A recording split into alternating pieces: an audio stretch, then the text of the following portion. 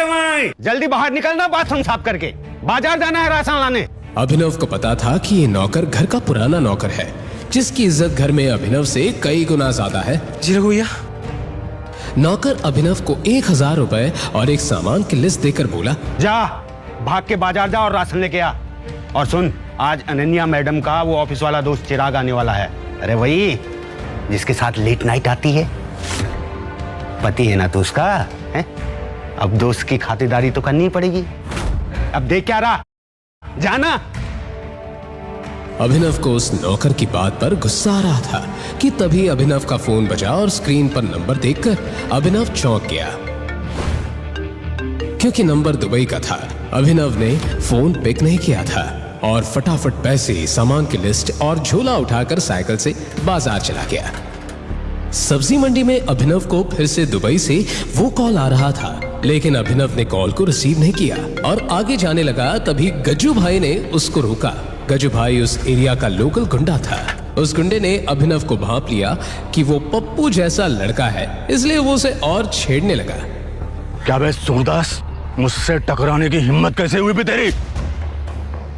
बेटा, अब तो गज्जू भाई से टकरा ही गया है, तो इसका हर जाना तो तुझे भुगतना पड़ेगा।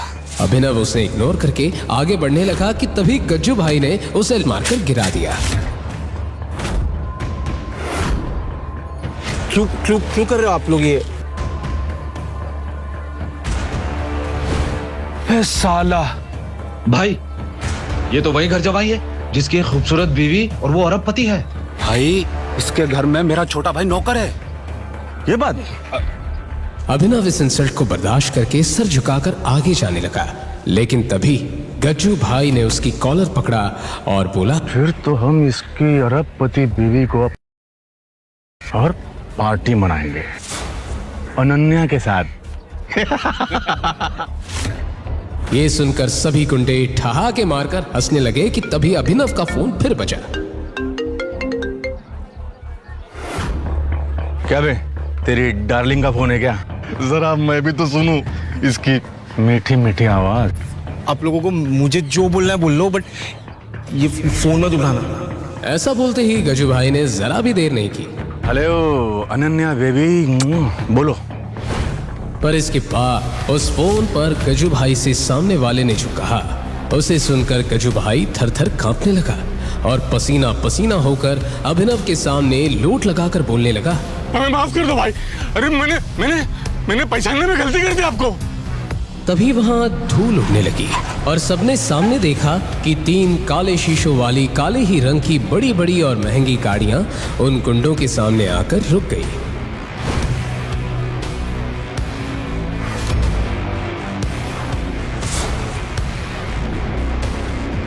बोला था ना फोन मत उठाओ, उनको लोकेशन मालूम पड़ गई मेरी। बाइक चालू कर, बाइक चालू कर। इतना कहते ही अभिनव उसमें से एक गुंडे के साथ बाइक से निकल गया।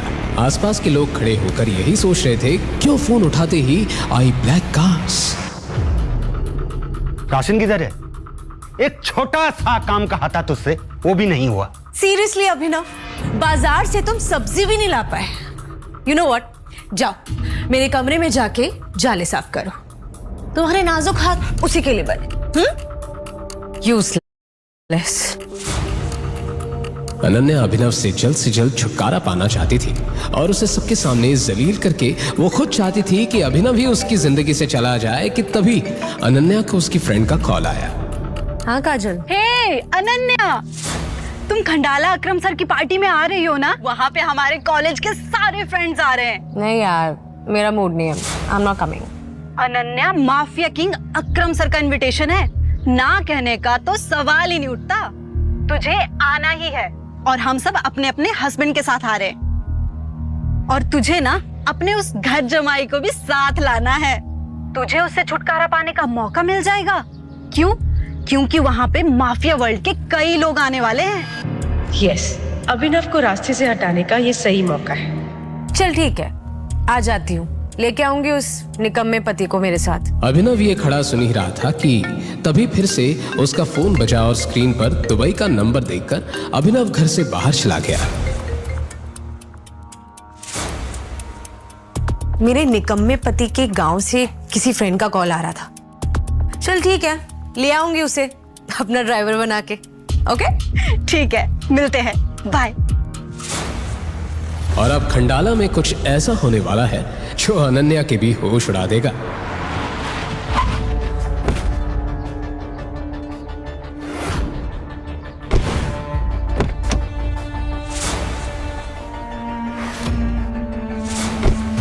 अगले दिन अनन्या अभिनव को लेकर कार से खंडाला आ गई कि तभी होटल को देखकर अभिनव की आंखें फटी की फटी रह गई।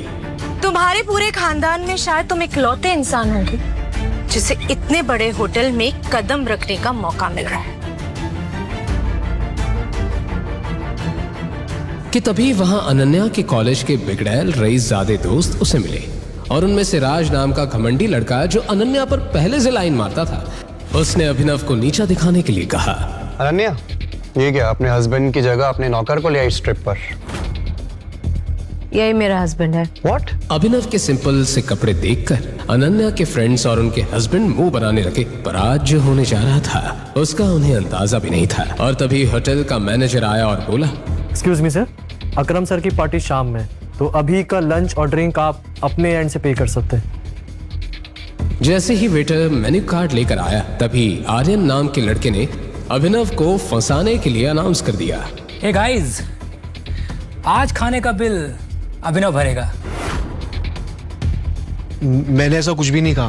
लेट्स क्लैप फॉर अभिनव। महीने के 6,000 रुपए कमाने वाला ये नौकर हमारे लाखों के बिल भरेगा।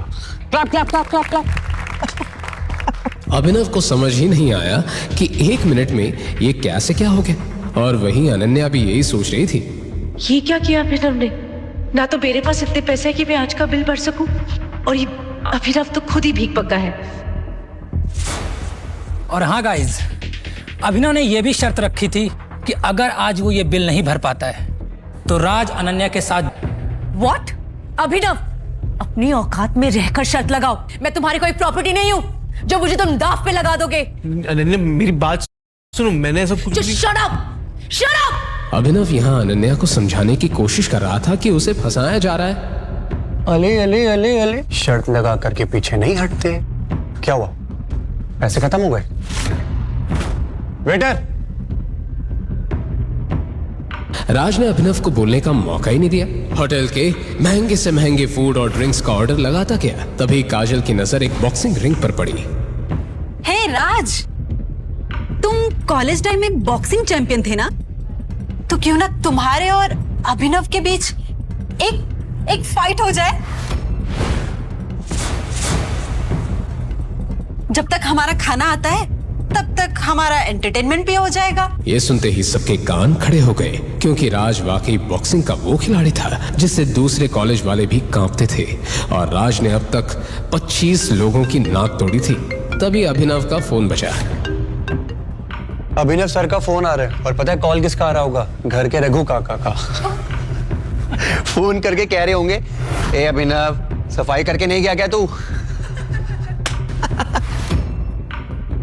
तो क्या बोलता है फिर?